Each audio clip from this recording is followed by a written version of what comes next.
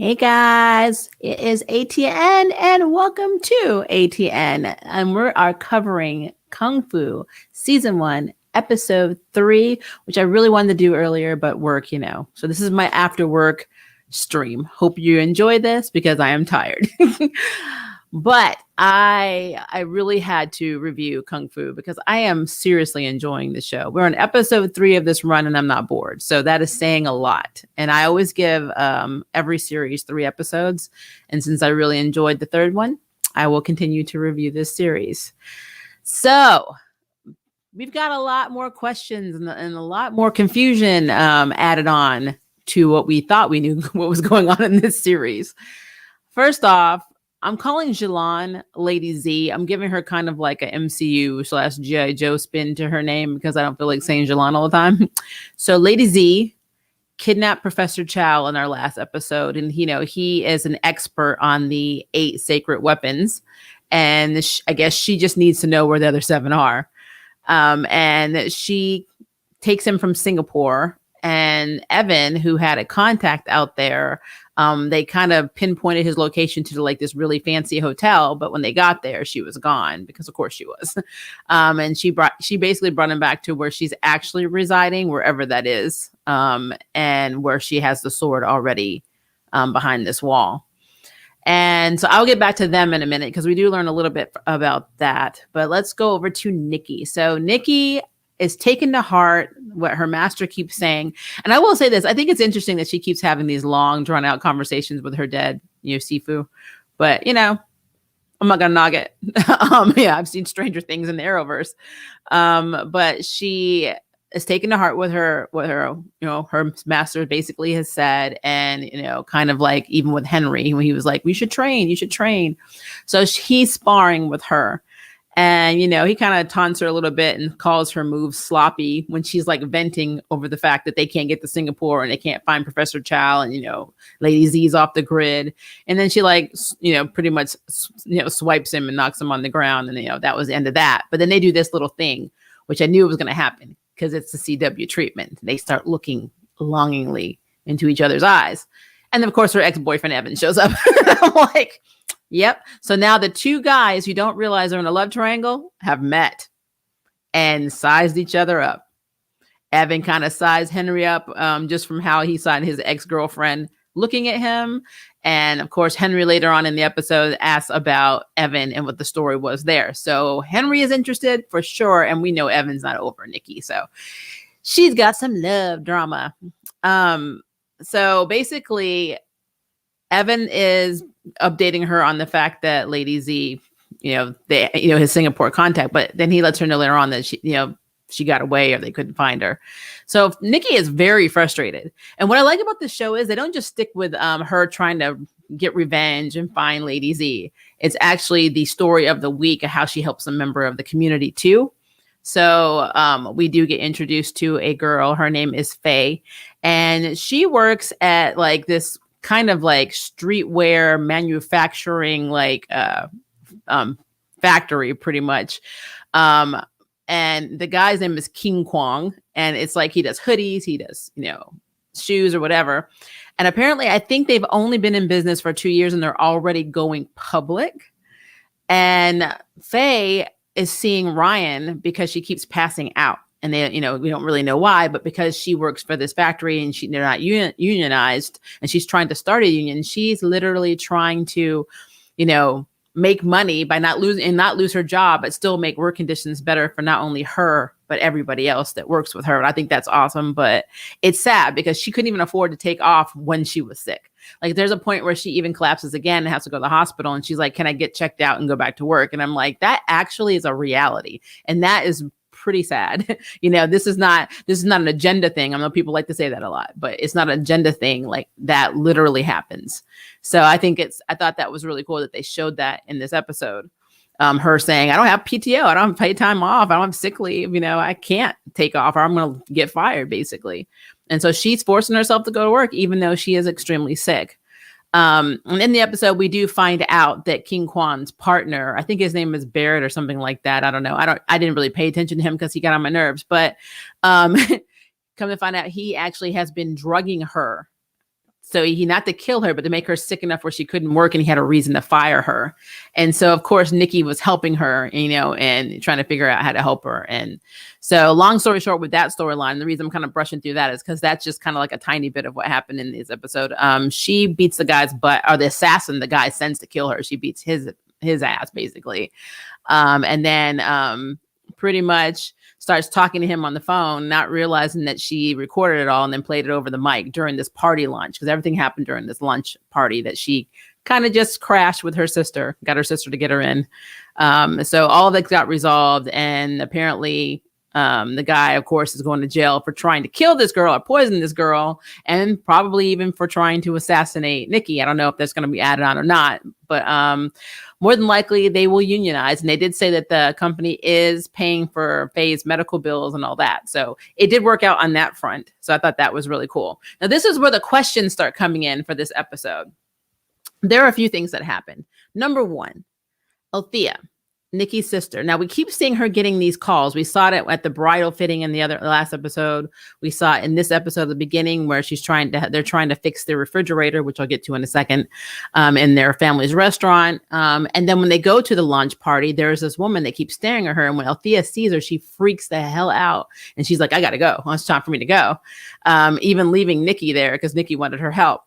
Come to find out, it's a reporter, and she keeps trying to get Althea to talk about something that her boss did to her.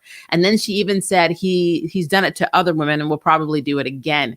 So this is telling me that Althea more than likely was sexually assaulted. And that would explain why when Nikki was like, not all of us could live this like Disney princess type life or whatever, fantasy life. And she's like, you don't know anything. I've gone through a lot in the last 3 years that you don't even know about. And she got really upset. So I do think that is what happened. And that is so sad. And even she was like crying herself to sleep in her bed. So we know that's going to come out, and God help the guy if Nikki finds out, because he might not have any balls. If it is a sexual assault thing, that's gonna be messed up. But yeah, so more than likely that is what Althea has been hiding, that she was sexually assaulted. She even says, I don't want to tell my family, my fiance, or anyone, because she's ashamed. So yeah, I think that's what. I don't think it was just sexual harassment. I really think it was sexual assault, and I think that is so messed up. And then we don't know how it's going to play out with her family and her fiance or anyone. So there's a lot with that. Something else that happens is, so the refrigerator in the episode is the door kind of like comes off its hinge, and like it's old. I think they've had it for like 13 or 14 years, maybe longer. And, Althea's like, well, me and, her fiance could help buy another one. And, the mother's like, no. And the father's like, why don't we let them help it? It's old. It needs replacing. And they're like, they actually just like mother just wants to fix it. She just wants to spend all this money to fix this refrigerator. And so that brought up another question to me, because the father is so like, okay, you don't accept Nikki, when she tries to help and get close to you, but you'll spend all of this money to fix the fridge. I don't understand. He's like, I love you, but I don't understand you. And he walks away. And she's like, it's not just a thing. And you see her hanging all the pictures of them on the refrigerator. There's something sentimental about this fridge. I don't know if this was the first fridge they ever bought when they got the restaurant. Was it something that she got from her parents? Because we know that her parents disowned her for marrying her husband and moving to America. I don't know, but there's something very, very sentimental about that refrigerator. So on the one hand, I'm like, if the dad doesn't remember what that is and he knows what it is, that's effed up that he made that comment. And then on the other hand, if he doesn't know, then what is she hiding? So everybody's got secrets, man. Like, I was watching something, I'm like, got some secrets going on in this show. Another thing that we learned that Ryan has been hiding is he's got himself a boo, and his boo is adorable. That man is cute. He's had an activist boo too. I'm like, what? Because in the episode, Nikki's been struggling to reconnect with every member of the family. Like, she's closer to Thea, and she thought she was getting closer to Ryan, but Ryan's off doing his own thing. But again, she's been gone for 3 years. Life has happened. So they basically, I go back. Nikki tries to make like a lunch date with her brother and it doesn't work. Then she goes and, she also tries to volunteer to help with this catering event, like the 100th day event that another family's having that, apparently they're catering and Ryan is being roped into helping, even though, he's a doctor and Nikki doesn't have a job. So it doesn't make sense, but she's like, I'll help. And the mother's like, no. And then she immediately asks Ryan. I was like, that's kind of effed up. But so she was going to try and connect with her brother. Again, he kind of was like, do you see the line out here? I have all these patients, which is true. Nikki should see he can't just drop his life when he's got all these patients and he's not on a regular schedule. So yeah, she's gonna have to adapt or do a lot of adapting and relearn her siblings and her family and her friends again. And I don't think that's dawned on her yet. But just like they're gonna have to learn her. But so long story short, she asked Althea where Ryan is because she's trying to, Faye was the girl I told you about was in the hospital. So Althea's like, he's at this club. And she's like, oh, really? And so she goes to the club. Now, the girl does not look around. Now, I didn't look around either. I don't know if this is a gay bar because when I live in the South, we don't really have any. So there's nowhere for me to go. But, she walks in the club and she kind of zeroes in on him sitting by himself because, hot boo is over there getting drinks. And so she goes and sits down. She's like, I've been trying to reach you and you're in here drinking and blah, blah, blah. And he's like, what are you doing here? And so she's going on and on and on. And then you see this, you see cute boy, because I don't call him, he's cute. And I call him boy, guys. I'm a minority, not being racist or discriminatory. I'm in my 40s. Everybody's a boy to me at this point. So he goes and sits down and she's like, oh, you're not alone. And Ryan's like, this is my sister, the cock block. Like, I love the way he looked at her. That's exactly what I thought was going on in his head. And then he's like, why are you here? And he tells about Faye and all that. And then, of course, Boo says, I'm an activist. You talking about going after King Kwong? Oh, yeah, we got you, girl. I can tell you exactly how to do it. I'm like, and I love when he gave her advice and she left and he was like, I like her. I was like, oh. I mean, I need Nikki and Althea to be on his side because the parents, if I'm telling you, if it's anything like what I went through with my in-laws, traditionally, they are not going to accept it. So it's going to be a thing and it's not going to be pretty. So I am not looking forward to that. Ryan's going to have, especially because he really seems to be into him, he gonna have some problems. So I am standing and I am shipping them. I don't know if they ever said his name. I was too busy like, oh, he's so cute. They are so effing adorable. So I'm hoping that he is his plus one at the wedding. But then if he's the plus one at the wedding may come to a halt. Parents might pass out. Because Ryan did come out to them. He said it in episode 1, I believe, at the end of episode 1. He came out to hit the parents. The father ignored it. No, the mother ignored it, and the father just didn't say anything. He was just like, it didn't happen. Or it might have been vice versa. But either ignoring or pretending it didn't happen is basically how they've been surviving, apparently.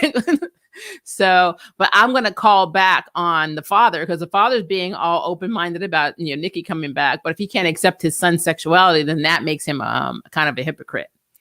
And Nikki does seem to be the golden girl. I don't know why, because Althea's the oldest. So you have Althea. It looks like then we have Nikki, then we have Ryan. And you would think in Chinese culture, especially, I know that's how it is in a lot of Vietnamese households. My daughter's part Chinese and Vietnamese. The boys are very revered and the girls are like, yeah, you go over there. So it's interesting that it's vice versa in this, that the girl is actually more important to the father than, his son, his only son. It's very interesting. It's very, very interesting. All right. So had to throw my boo in there. So back to Lady Z, because again, I like Lady Z better. So she has this like necklace with this crane on it. And of course, the doctor talks about, oh, you're from the family that protects this sword. And, he also talks about how the sword that she had is missing a part. Like there's a part of the sword that looks like it's detached or not there. And so she's automatically like, no, there's not. And he's like, yeah, they're supposed to be. So she got that information. He also gave him information. He gave her information about another really powerful, man with a protected location for artifacts, that he has another one of the weapons, and that she would need, like, basically she'd need armed guards, a National Guard, and a whole army to go in there and get it. But she got it. So you see, now she has 2 weapons. But what I thought was interesting is what I said earlier. He literally said, if I don't talk, or whether I talk or not, I'm dead. So you might as well give me what I want. He literally asked for the way he was going to die, because she had these like Chinese torture thumb device things that were like, she'd screw them, and they like, apparently, they were messing his thumbs up. And, he asked for Ethiopian coffee. So she started undoing it. And then he started telling her more of the legend and the lore, and showed him the sword and showed him that the weapons were real. And then he finally got that, coffee. And I swear I was yelling. At the screen. I'm like, don't drink it. Don't drink it. And that's when he dropped the whole, what happened to the other part of the sword? I'd like to see more of it. And she's like, there's no more of it.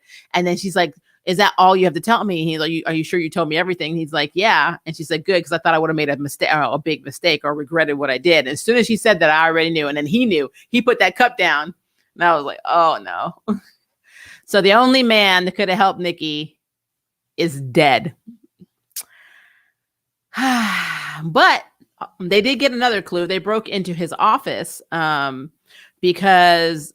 So Henry had, I guess, a contact at the school. The TA for for Professor Cha, actually agreed to meet them. But when they got there was like a faculty meeting or something. And so the TA couldn't come. So they just broke in, like Henry literally like picked the lock of the door. And he said the line that everybody says in every drama that I've ever seen, every movie I've seen. How'd you learn how to pick a lock? YouTube. Everybody says YouTube. Like everybody says that line. But I will say this, while that was happening, I thought Henry has a lot of skills for somebody who's just a Chinese history major and teaches Tai Chi. We already learned that he studied in Beijing and, martial arts in Beijing at like a Wuxia temple or whatever. We got that. But he knows how to do a lot of things, which makes me really question who he really is. Part of me thinks he's another descendant of another family that protects a weapon, and maybe he has one. I don't know why I feel that way, but I do. I feel like he is a protector of one of the weapons. And maybe he's feeling Nikki out to see what she's about. And that's why he hasn't revealed that to her. That's just one theory that I have. I don't know if it's accurate, but I mean, I think that could be a thing. And, so they go in there and they find this puzzle box, and, he takes it back. Henry takes it back to the community like center library and starts working it out. And he got one part of the puzzle open, but he couldn't get the second part open. But Nikki was able to, because she remembered what her, Shifu would actually push in the little compartment area in the temple where she kept the sword to open the door. So she did it on the puzzle box, and then it opened up again, and they got a key, and they don't know what the key goes to, but they have a key. So I'm like, all right, we're getting somewhere. Now trying to figure out what the key is again goes to. That's going to be very interesting. But I think Henry is sus. I like Henry. I don't know if he's a bad guy or a good guy, but he's sus. And it looks like Evan thinks he's sus because he had a video of basically he got the surveillance footage of them breaking into the TA's office, because apparently it looked a little, I don't know if it was ransacked, but somehow it got reported that somebody broke in. And he called Nikki and said something about it, and she didn't, he texted her and she didn't text back. And so then he has somebody doing a background check on Henry. And I'm like, oh Lord. And I guarantee you what's probably going to happen in episode 4 is that they're going to come back and realize there is no one named Henry, and he has a different name. But he might be completely somebody else. And I'm like, I'm for it. But again, they got to do something, guys. It's the CW. It's not going to be that cut and dry. You can't be who you say you are. No, that's not how that works. So I was cool. I think that, let me go back though. I think the activist boo, that's what I'm calling him, I think his name was Joe. So it would be Ryan and Joe. So it would be Ro or Giant. I'm trying to think of my ship name.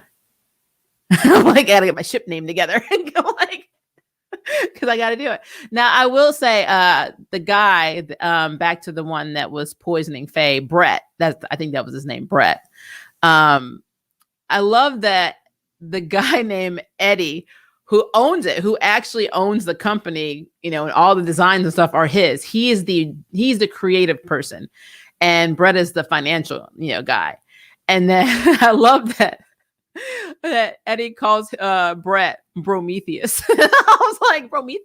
And I'm like, dude, literally, Brett literally said, that Eddie has no vision. If it was up to him, we'd be selling shirts out of his garage, just talking down to him and are talking about him. And then, it got blasted over the entire party and people virtually, because people were watching it virtually as well. So it was a VIB party that actually you could get paid access to see, like a Zoom chat or a Zoom video, like virtually as well. So it's like you're at the party. So everybody heard it. And then here comes Eddie Prometheus. I'm like, that was funny as hell. I'm sorry. That was really funny. But I really feel bad because Eddie generally did not realize any of this was going on because he doesn't control anything because Brett is the COO. He's a operations controller. So as far as he knew, everybody was getting paid fairly. Everybody would have sick time and all that. So the guy who owns the company, and I mean that you'd be surprised how realistic that is. The CEO has no idea what's happening. The owner of the company, the board, they don't know what's happening half the time in there. It's all down to the executive staff right above management that knows what actually is happening.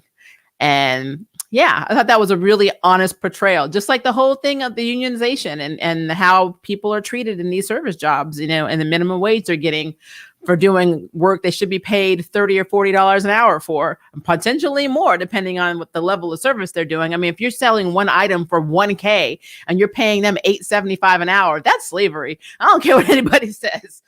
Slavery, indentured servitude, whatever you want to call it, that is messed up. But that's America. So land of the cheap. But yeah, I just really, really enjoyed this episode. So that is my, 21-minute recap. So let me go up here because I know I've been seeing people, but I haven't been able to read your comments. So let me look and see what you have been saying. Hi, Kevin. The dreaded love triangle. Yes, CW original. Only not original because they do it like all the time. All the time. I hope when it comes out, her fiance does not leave her. I hope so. Oh gosh. When I saw that, because at first I thought Althea was like a gay and that the girl that was looking at her was like her ex-lover and she like had to dump her and be traditional and marry a guy. But when the woman's like, oh, I'm here to cover the story, and then she started talking about the story she wanted to do for her about what her boss did to her. I was like, no, Althea, no. No, that made me so sad. If he does leave her, though, he's an a-hole, and she needs to know that now before she commits the rest of her life to an a-hole. Yeah, I feel bad for Althea. Hi, Sean. I'm glad you got to see the episode before this. I know sometimes you guys are in here when you haven't watched it. So, Jerry? Who's Jerry Alpha? Who did I miss? What did I say? When her mom started crying, it made me sad. I know, even though she was kind of bitchy, that there's something going on with her in that fridge. Because you don't hold on to stuff that's falling apart unless it has extreme sentimental value. And she even said it's not a thing. So I'm like, what happened? Who gave this to you? Why is this refrigerator so important? Important enough that you spend more money to fix it than buying a brand new one. So yeah. He is fine. Yes, Joe is fine. Ship them. I mean, they're my new ship. We just got to come up with a ship name. Yeah, Nikki needs to understand that life has moved on and doesn't stand still. I really feel like because she was at the temple so long and life was slower paced, she felt like time didn't go by for her. And so she gets home and she realized that it's fast paced. I mean, they've left you behind like 5 days after you left. I'm like, you got a lot of catching up to do.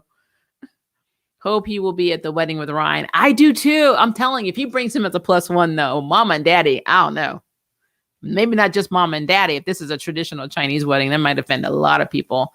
Unfortunately, tradition and culture play a big role in acceptance, and homophobia is a big thing because, but let's just be fair though, in a lot of cultures, they compete against each other with how much money and how much status you have. And, you basically, when you do something, you basically bring shame to everyone, not just yourself. So yeah, it's a very hard culture. I mean, it's a beautiful, there's beautiful aspects of every culture on this planet, and there's always going to be something hard. We have problems here in the States. I mean, it's just what it is. You got to look at everything individually. And there are some families that honestly, they actually don't think that way. And it's not even a Western thing. There are actually families that will just, or they love their children so much they accept them for who they are. But some families, they're so scared of what other people think that it becomes a dominating thing. And so you start smothering, your children, saying you have to live this life and don't bring shame to your mother and father and blah, blah, blah. And unfortunately, that stuff is still true today. And it's sad. It is very sad. I said this from experience of having been married into 2 separate Asian families. I have seen it. Dad got weird and mom just completely ignored it. That's what happened. Yeah, the dad was kind of like, I almost feel like he just didn't talk about it either. He probably just changed the subject like every time it came up. There's something interesting. There's some interesting family dynamics. There really are. Well, coffee makes me feel warm and cozy, so I think he died pretty less painfully than he could have, depending on what the poison was, though. There are some really scent-free poisons, and I learned this from Midsummer Murders, that can really mess you up, and is not a quick and painless death. So it really depends what she put in that coffee. She does not seem to be somebody who's merciful. So, yeah. Nikki's ex is sus about Henry. As well he should be. Because I think that, but I mean, I honestly think that Henry really is one of the families that protects he probably has one of the weapons, already. And this whole story about training in Beijing may be full of crap. He may be from Beijing and they have one of the weapons, but I don't know. I think that'd just be a cover because he's just too good at everything. I don't know. He's just too good to be true. Nikki's ex is jealous. Of course he is. Of course. Evan needs not reminder that he has a girlfriend, and I feel we need to see more of her. I know. And when Nikki came back, it was just like her. that's the girl that I sleep with, basically. Which is sad because I think we saw her at the wedding date, like the wedding date ceremony where they're picking the banquet when they did the date to see when they were going to get married. We saw her then, and then we saw her when she came to the apartment that first time. But yeah. The fridge's name is Jerry. Oh, yeah. I wonder why. What's the story behind the fridge being named Jerry? See, I think there's something going on. We need more exposition on this. We need to know what the mother is upset about. It's not just the fact that it's the fridge. It's the symbolism behind the fridge. That's what we need to know. That's what we need to understand. Maybe that fridge was there for her when her children abandoned her, I knew homie was gone with that first cough. Yep. He caught and he kept talking too. God bless him. He was like, and getting all excited talking about the sword and thinking, oh, she let my thumbs go. So obviously she's going to let me go. And I'm like, dude, you should have kept that same mindset that she's going to kill you either way that you had when you had the torture devices on your fingers. Because she was not playing with you. She had no intention of letting you go. She showed you the sword. You already knew you were dead. As soon as any villain shows you what they have, like especially if secret weapon wise or reveals a plan or whatever, they're not letting you go. You're dying. I mean, that's why if I'm kidnapped, I'm like, don't tell me shit. Don't tell me nothing. I don't want to know nothing. Don't take the blindfold off. Just stop. I don't want to know anything. Put me right back where you got me. Just Whew. I don't know. So I got another question, guys. And I think that you guys will probably understand this question. But again, it is a CW question. We already determined this in many of my other reviews and live streams. How is Nikki paying for her cell phone with no job?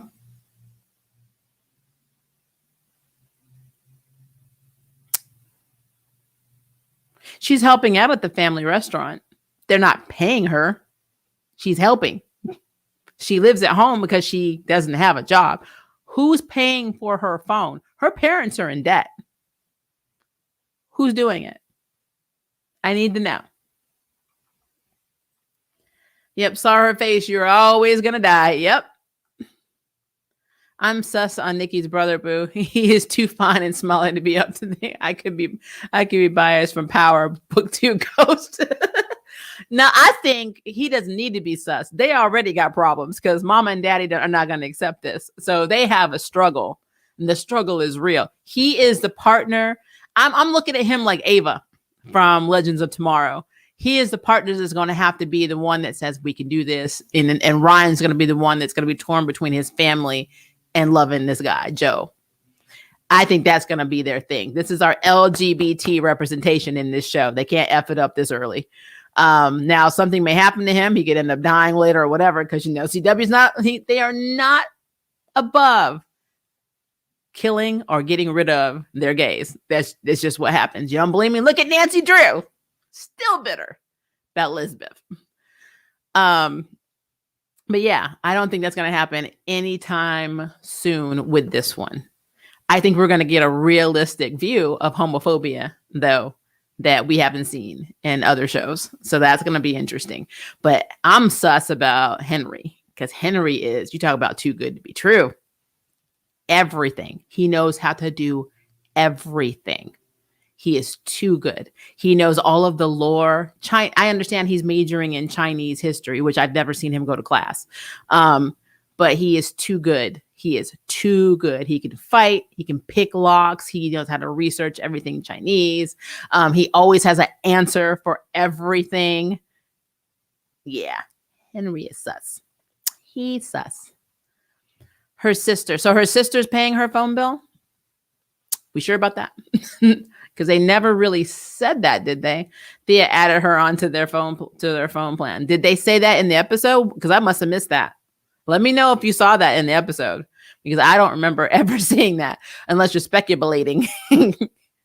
I just figured she's on the family plan like my ex. He had no bills but his gas, living the dream. Really? Wow. What's that like? Like, I will say this, though. I will say this. My in-laws don't accept my marriage, but they do send presents and they do send Amazon gift cards, and they are very good. Like, not cheap, very good gift cards. So let me get like gift cards for so many holidays. So many holidays. It's how I get to buy all these cool things behind me. You think I'm spending my money? Not always. The same reason Kara has such a big apartment with the salary of a reporter. Yeah, I never understood that. Because Alex clearly makes more money than Kara does, but Kara has a better apartment. That is very true. She should have been living in like a shoebox. Let's see. In this show, everybody has secrets. I know. Everybody has freaking secrets. I don't think there's anyone that doesn't. Even Lady Z, when they were talking when the professor was talking about how, their father was killed. And she's like, you don't know anything.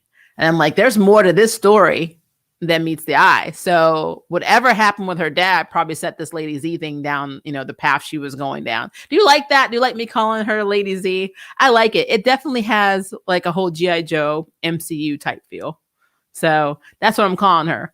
I did realize something, and it may just be my ears because I had a British mother my entire life, but it sounds like she has an English accent, and I'm trying to figure out why her sister did not. Because I find things. But she sounded like she had a British accent, which to me feels like she wasn't raised with her sister the entire time, especially if their dad died when they were young. So maybe she was adopted out and she learned about her legacy later on and it made her mad. It could be a lot going on with that, but she definitely sounds like she was raised in England. Just throwing that out there. But yeah, I have a lot of questions. Like, I love that they made Ryan into a superhero because he does such, he not only does, work as a doctor and helps people, kind of finagle their way around the health insurance community, because that's what they are. They are a community of crooks.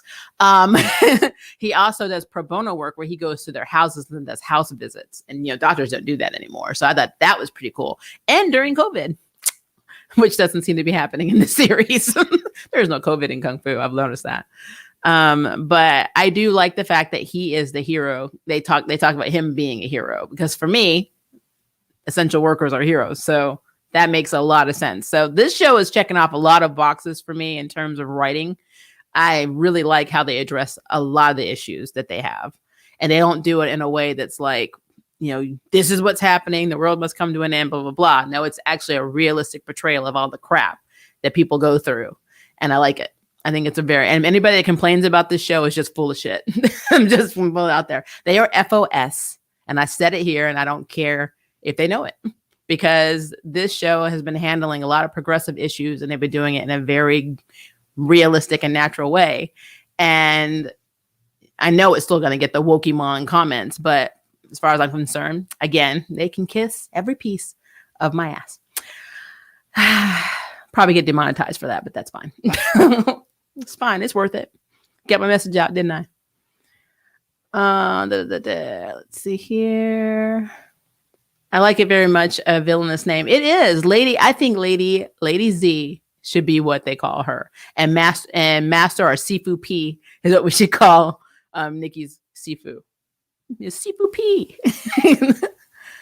Lady Z was raised by the evil clan who wants power and control all the weapons that probably killed their father. Theory could be.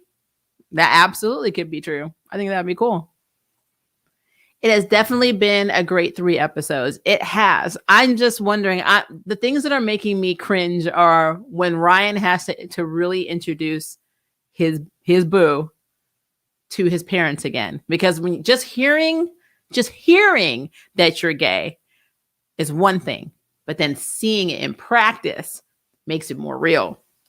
And I think the shiz is going to hit the fan, especially if he walks into that wedding with him, which I really want him to do, especially if Althea invites him to her wedding.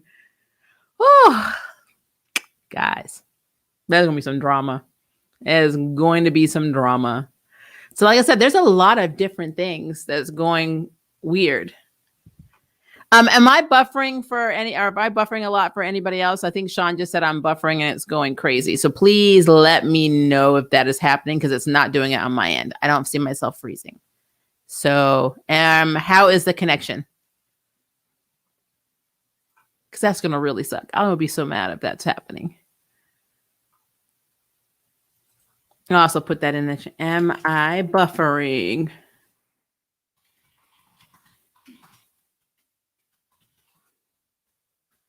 Okay.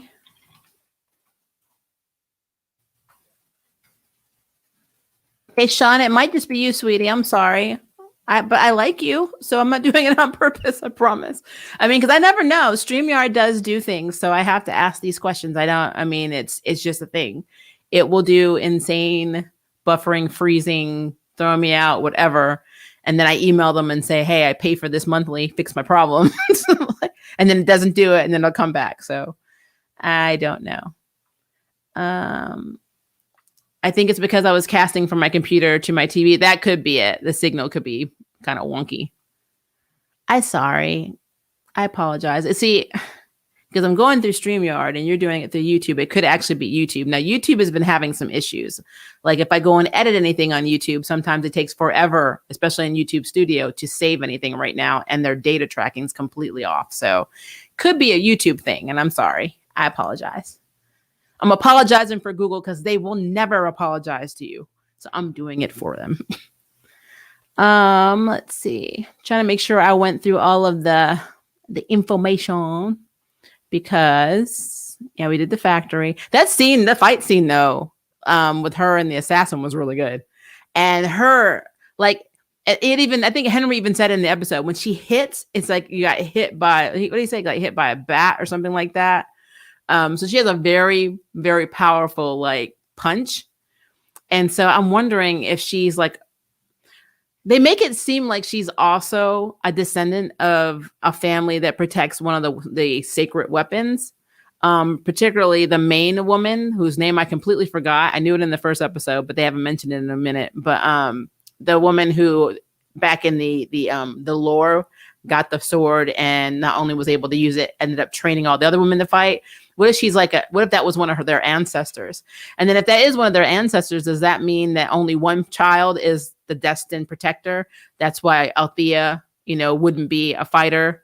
And does it only go to the girls? I'm curious. Are all of them girls? Because that'll pretty much blow my Henry theory out of the water. If all of the protectors, if that power is packed onto the daughters and not to the sons. Because then Henry would be something else. So much. There's so much. There's so much. But yeah, it would be kind of cool though, because Nikki does seem to have some kind of ability. I mean, she's just not another woman in the temple. I mean, even in the very first episode, you have these women that have been training for years. She'd been training for 3 years. I mean, women that were there for a long time were not fighting as well as her. She almost seems to be like a prodigy. So I want to know what's different about her. And I also want to know how she's able to have this spiritual talk with her Sifu all the time, because she's talking to her and getting actual responses to her question.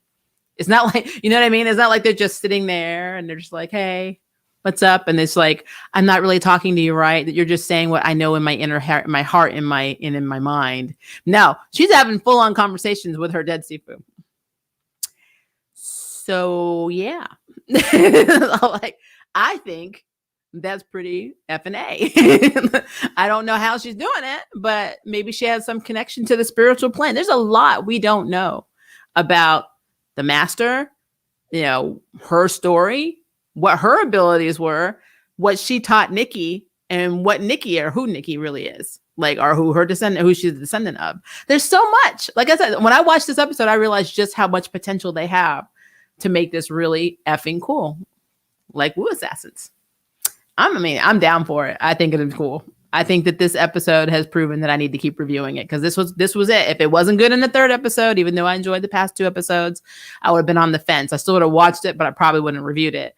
But since I really like this episode, then yeah, I'm going to have to keep reviewing this show. It's going to have to be one of my Thursday streams from now on. So we know we're going to have a Thursday, because I want to do it on Wednesdays, but it's harder because Wednesday nights are hard for work. So I don't get them in time. So I don't want to keep you guys here at 10 o'clock at night, like every night. We do it on Tuesday. I'm like, I'm going to do it again on Wednesday. And then we're going to do it on Friday. I'm like, that's a lot. So, but I can do them in the afternoons on Thursday. So that this will always be a Thursday review, which I've looked around and I've seen a few reaction videos, but I haven't really seen a lot of people reviewing it, which is weird because it is a very good show. Very good. And to me, it's the only reason I watch CW on Wednesdays, because I can't get into Nancy anymore. It just bothers me. So yeah, it's sad that it's not getting the traction it should. It just kind of sucks. Her hand coordination movement is so great. The actress does extremely well at portraying the crane style. She really does. I wonder how much they like. First of all, I need to look and see what her background is. It's just she have a martial arts background. She probably does, but she also could be a dancer. And if she's a professional dancer, then that will explain why she's really good at crane. Because dancers, especially when they portray fighters in movies and shows, are very good at imitation. So I think that would be cool. So if she's a dancer, that would explain that. Her Zen master lady. This show has such fascinating lore. It really does. It really does. Girl, she got the Force. So she should have been Rey, is what you're saying. The Star Wars we needed. Off topic, have you been watching a lot of Julian Tina videos? Oh, yes. So I know they're making a movie that's, because the show was so strange. If you guys don't know what we're talking about, it's like a Spanish soap opera where these 2 girls, who their ship name is Juliantina, basically realize that they're into each other. They discover that they're into girls together. It's very cool. It has everything on the side of it is so strange. Like, I think at one point, one of the fathers got shot and killed. And then the soul went into the other girl's father, and before they even met each other, they already had this weird freaking connection. But yeah, it's really interesting, and they're a very like hot couple to watch. So if you're into lesbians, you will like this one a lot. But I heard that they were last year or right before COVID, they said they were going to do a movie and then potentially another series. And I don't know because I don't get the channel. I don't know, what the updates and stuff on that is, because somebody had posted all the episodes on YouTube a couple of years ago or a year ago. And so I don't know the status of that, but it is really cool. So interesting, Alpha, that you know about them, because not many people do that are not into Yuri or lesbian dramas. So cool. Maybe we'll find more information about Nikki when we meet their grandparents. That would be interesting. It would be interesting to see Because I know the mother's grandparents were not happy with her leaving and coming to America. They looked at that very, like, it almost seemed like they disowned her. And I don't know if they ever repaired that or not. I don't know.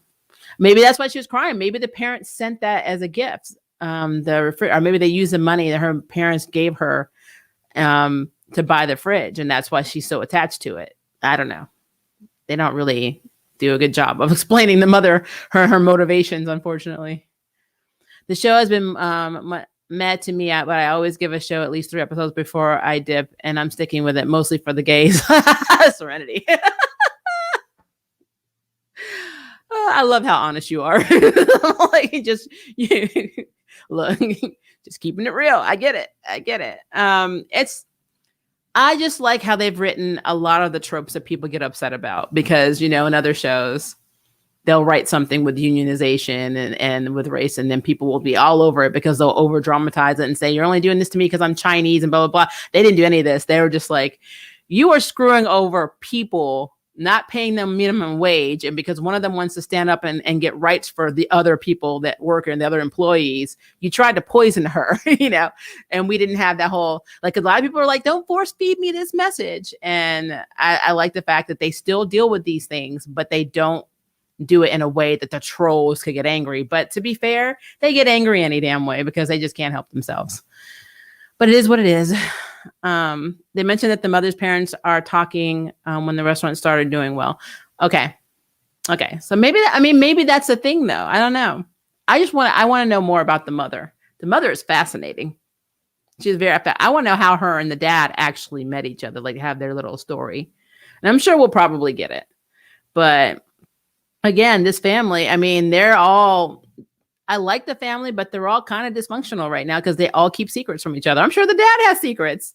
He's the one that's kind of like, oh, and do this and do that. But to me, it seems like when Althea was helping him to, fix the refrigerator, he's like, it wasn't like how he is when he was with Nikki. He lights up when he's with Nikki. But with Althea and Ryan, it's kind of like, meh, just do your job. So I'm like, it's obvious that Nikki is his favorite. And I wonder why. Why is Nikki the favorite? The middle child, the favorite. Usually the middle child's not the favorite. So it's interesting. It is very interesting.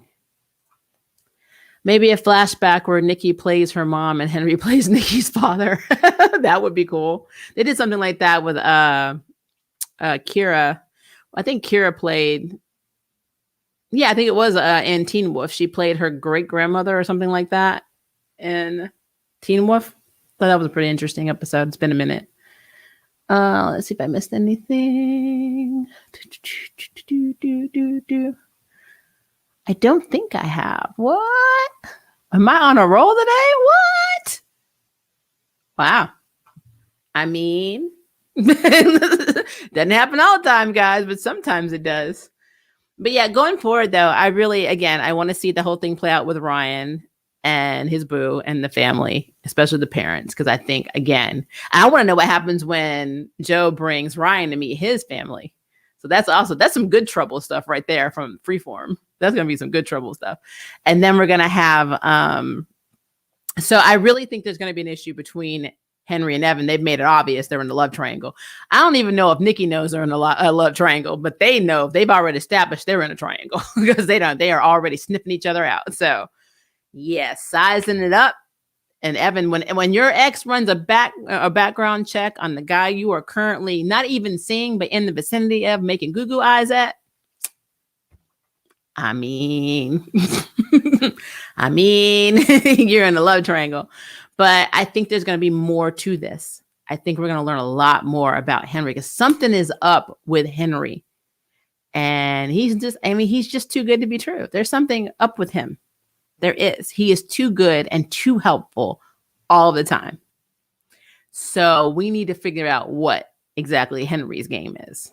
And I'm not looking forward to the Althea episode. I just don't like storylines like that because it's too real and it just makes me uncomfortable. But I know we need them. So, but I think Nikki's going to beat the hell out of him. I really do. They did that in a Korean drama, Love Rain. The main love interest played their parents in the past who are also lovers. Yeah, I've seen that one. That was really interesting. And the parents were doing everything they could to keep them together or to keep them apart, which I thought was interesting. There's another Korean drama like that. It's the Tree of Life or something like. I think it's the Tree of Life, where they had the kids. They were actually married. Their parents had dated and they broke up, and so the father was cool. Like the guy's father was cool with the girl, but the mother thought that, I guess there was like a cheating thing or whatever, and so she did everything she could to get her daughter to hate that guy. Everything she could. Like, it's such a mess. It was messed up. I hope Nikki does not try to be with Evan because he has a girlfriend. I want her to be like, you moved on and I should too, and be with Henry. I agree. I do think that it's sad because Evan didn't do anything wrong. If anything, the mother broke that up. And I think that's so sad. And then to add on to that, she goes to the restaurant and gets his takeout, and the mother like packs his takeout for him. And I'm like, so now they have a cool relationship because he's not dating her daughter anymore. That is a mess. So I gotta say, in terms of Evan, it wasn't fair. He got broken up by his girlfriend via text message. That's messed up. But I do agree, since it's 3 years later and he is in a relationship, he shouldn't be pursuing Nikki at all. And it's interesting because I think she is starting to like Henry. And so I don't know. I think it's this whole love triangle has a lot of meat to, behind it. And there's a lot of merit to it because Evan never cheated. Evan didn't do anything wrong. She did him wrong. So he technically is still in the game because there's no closure. And then Henry's just too good. It's just too good. Hi, Chase. I'm sorry. I did post it on the community thing, but I don't know. Google has issues. If you don't select all on the notification bell, sometimes it doesn't pop it out. And then even still, if they're having issues like they're having now, it may just not be going out because they're just being crazy. So I will tell you guys now, we are having our Falcon and Winter Soldier review for episode 6 tomorrow, which is already making me sad. And that's going to be at 1 p.m. Central Standard Time. And I'm going to try to get up early and make a thumbnail and go ahead and schedule it. I might schedule it tonight, actually. That would already be up there. But at 1 p.m. tomorrow, we will be having our Falcon and Winter Soldier live stream, because it is the last episode. And then it's either going to be tomorrow night or Saturday when I do the Mortal Kombat review, because I will be watching Mortal Kombat tomorrow. So it will be happening. Just a heads up. I agree, but it's the CW. They love their live trials, but Henry is endgame. I think Henry is going to be endgame. I just want to know what his game is. I mean, what if it's not just girls that are protectors? What if it can pass to boys too, depending on the family? Because they make it seem like in the lore, like when the story they told, where the Chinese version of Merlin, like basically made all these weapons, and that he passed it to this girl, or this young woman. And then she not only learned how to fight and control this magical sword, but it allowed her to train every woman in the village to fight. But it kept saying women. So I'm like, does that mean only women are able to handle these swords? It's just an interesting concept. It really is. But that kind of blows my Henry theory out of him being a descendant too.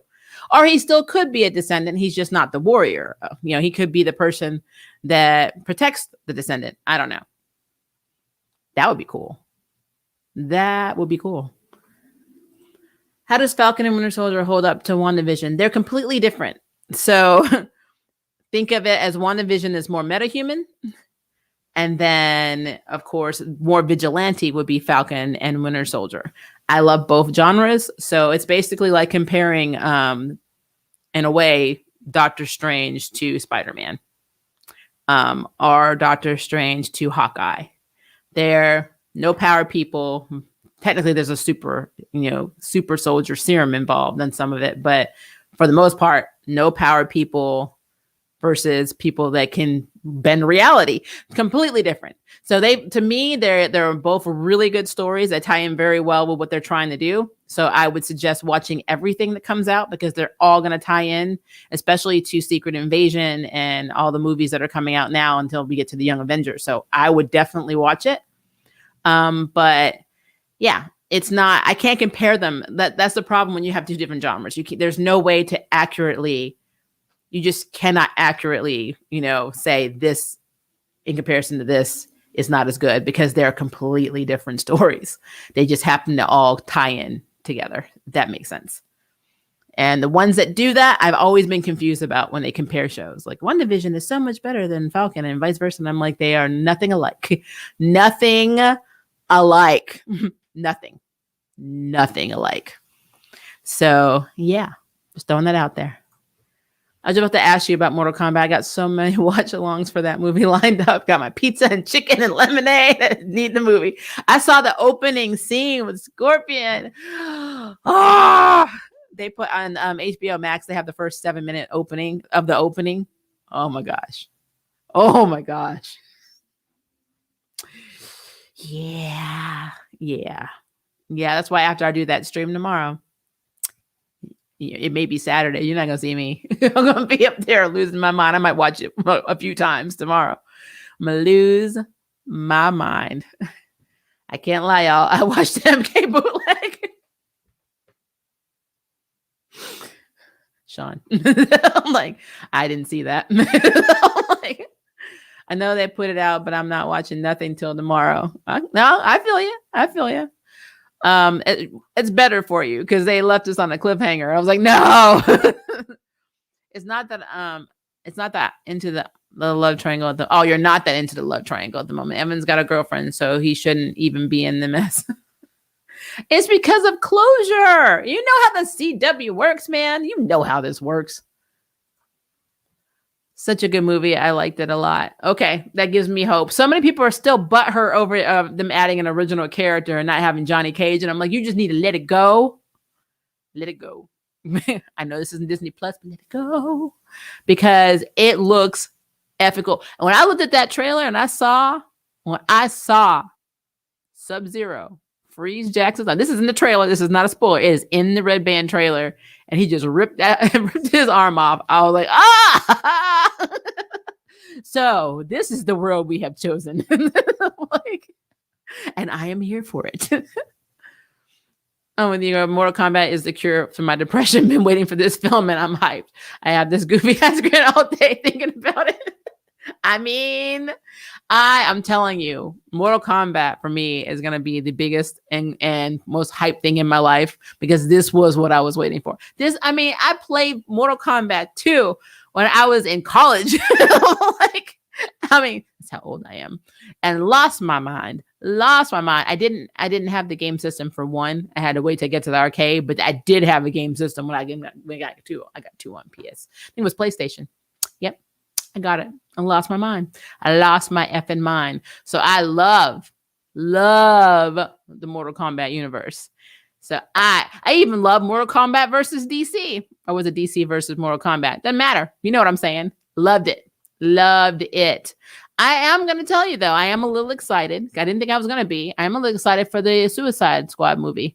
Because King Shark looks like effing crazy. Like every character in there looks effing crazy. And I'm okay with it. So I think it's going to be funny as hell.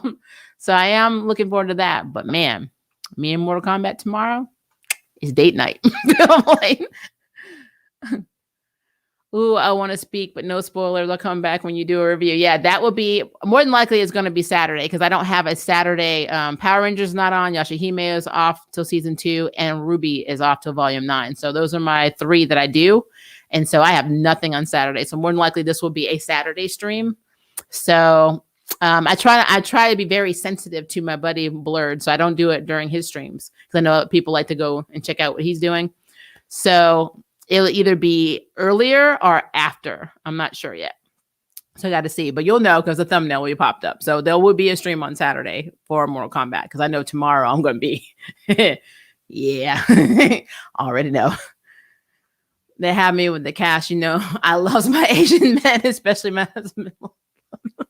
Looney Lin, aka the real Shang-Chi. Don't care what no one says. I get that. I understand. I just keep thinking about the first time they tried to put MK into a movie. I know.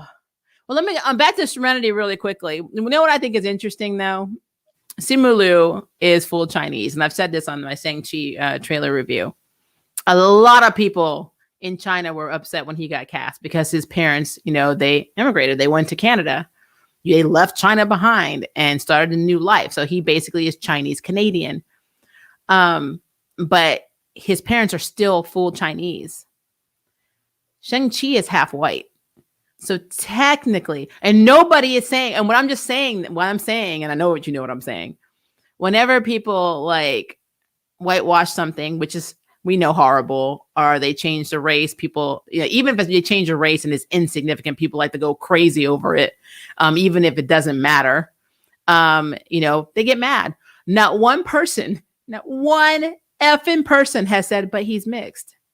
Not one has said anything about the fact that his mama is a whole ass white woman. So, whatever.